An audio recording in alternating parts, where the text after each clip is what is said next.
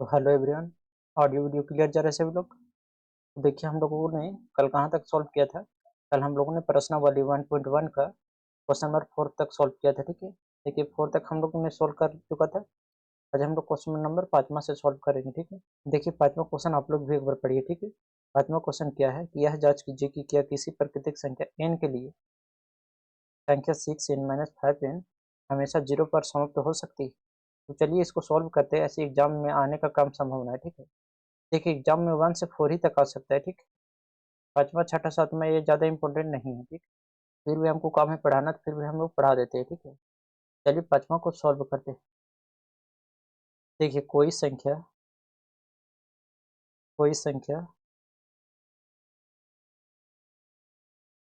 0 पर तभी समाप्त होगी जब वह यानी 10 बराबर 2 गुने 5 से विभाज्य।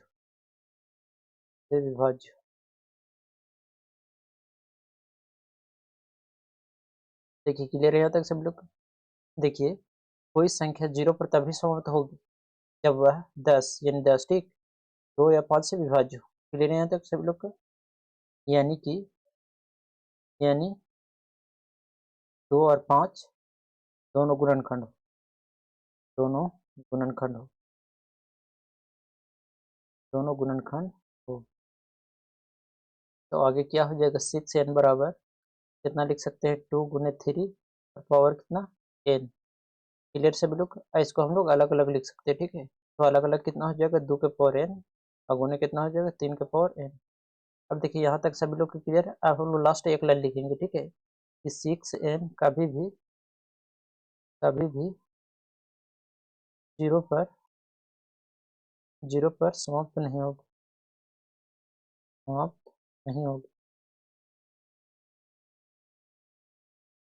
आई होप कि 5वां क्लियर हुआ होगा। देखिए 5वां उतना इम्पोर्टेंट नहीं है। आप लोगों को पहले भी बताया है कि क्वेश्चन नंबर 1 से 4 ही तक आएगा एग्जाम में। ठीक है, देखिए छठा क्वेश्चन कितना है। आप लोग एक बार छठा क्वेश्चन को पढ़िए। यह स्पष्ट कीजिए कि 7 गुने 11 और गुने 13 प्लस 13 और 7 गुने 6 गुने कहाँ तक 1 और प्लस 5 अभाज्य संख्याएं क्यों है। ठीक है, तो चलिए सॉल्व करते हैं इसको। तो दिया कितना है हम लोग का 7 गुने 11 गुने 13 और प्लस कितना है 13। अब देखिए दोनों में कॉमन क्या है। कॉमन का मतलब दोनों में क्या दिख रहा है, प्लस के इधर आप लोग देखिए और प्लस को इधर देखिए।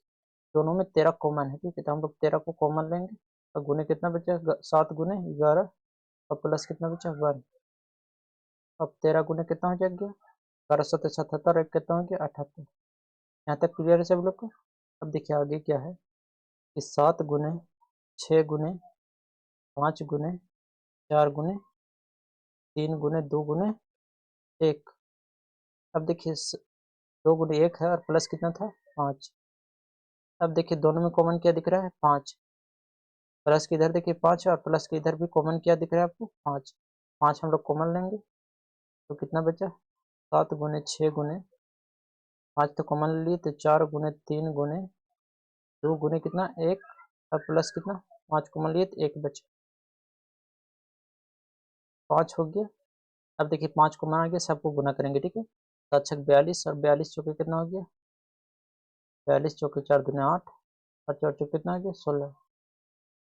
बाद 168 दिया और तिरक 24 के 4 हाथ में 2 16 तिया 48 और 2 कितना हो गया 50। उसके बाद दूनी तो कितना हो जाएगा 4 दुना 8 और 0 और 5 दुना कितना हो गया 10। कितना आ गया इसको गुना किए तो 1008 और प्लस कितना है 1।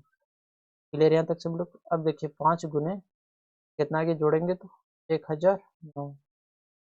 यहाँ तक सभी लोग को क्लियर है। देखिए सातवां देखने में भारी लग रहा है। ठीक है, लेकिन उतना भारी नहीं है। आप लोग एक बार पहले पढ़िए। सातवां क्या है किसी खेल के मैदान के चारों ओर एक वृत्ताकार पथ है। ठीक है, इस मैदान का एक चक्कर लगाने में सोहन को 18 मिनट लगते हैं, जबकि इसी मैदान का एक चक्कर लगाने में मोहन को 12 मिनट लगते हैं।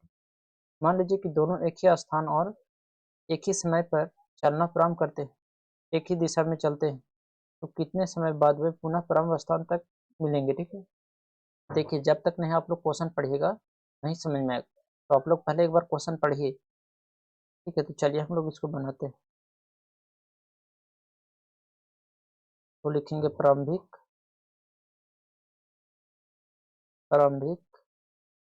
स्थान पर साथ मिलने का समय, साथ मिलने का समय, साथ मिलने का समय, कहा जगह उनके समयों का, उनके समय का एलसीएम। यहाँ तक किसी का डाउट है? नहीं। देखिए क्या किया है, प्रारंभिक स्थान पर साथ मिलने का समय बराबर कितना हो जाएगा, उसके समय का एलसीएम। ठीक है, याद है। तो इसका एलसीएम करेंगे किसका, 18 को। तो हम लोग 18 और 12 को क्या करेंगे, एलसीएम करेंगे। तो 18 को 12 को हम लोग एलसीएम करेंगे। वो करते हैं। तो 2 9 18 और 3 3 कितना हो गया, 9, 2 6 12 और 2 3 कितना हो गया, 6। अब देखिए हम लोग 18 को कितना लिख सकते हैं, 2 गुने 3 गुने 3। तरफ 12 को कितना लिख सकते हैं, 2 गुने 2 गुने 3। यहाँ तक क्लियर है सभी लोग को। अब देखिए इसका एलसीएम निकाल देंगे, वही आंसर हो जाएगा मेरा। ठीक है, एलसीएम बराबर 2। देखिए दोनों में कितना बार है, इसमें ज़्यादा बार है, तो 2 गुने कितना हो जाएगा, 2। और 3 कितना बार है, देखिए 3 ज़्यादा किसमें बार है, इसमें। तो 3 गुने कितना हो जाएगा, 3। सबको गुना करेंगे, 2 दूने 4, 36 12 12 कितना हो गया, 36। इसका आंसर कितना हो गया, 36। आई होप कि 7वां तक क्लियर हुआ होगा सभी लोग। इस क्लास का पीडीएफ चाहिए आप लोग को, तो आप हमारे टेलीग्राम में जुड़ सकते हैं। ठीक है, नीचे लिंक डिस्क्रिप्शन में दिया गया है।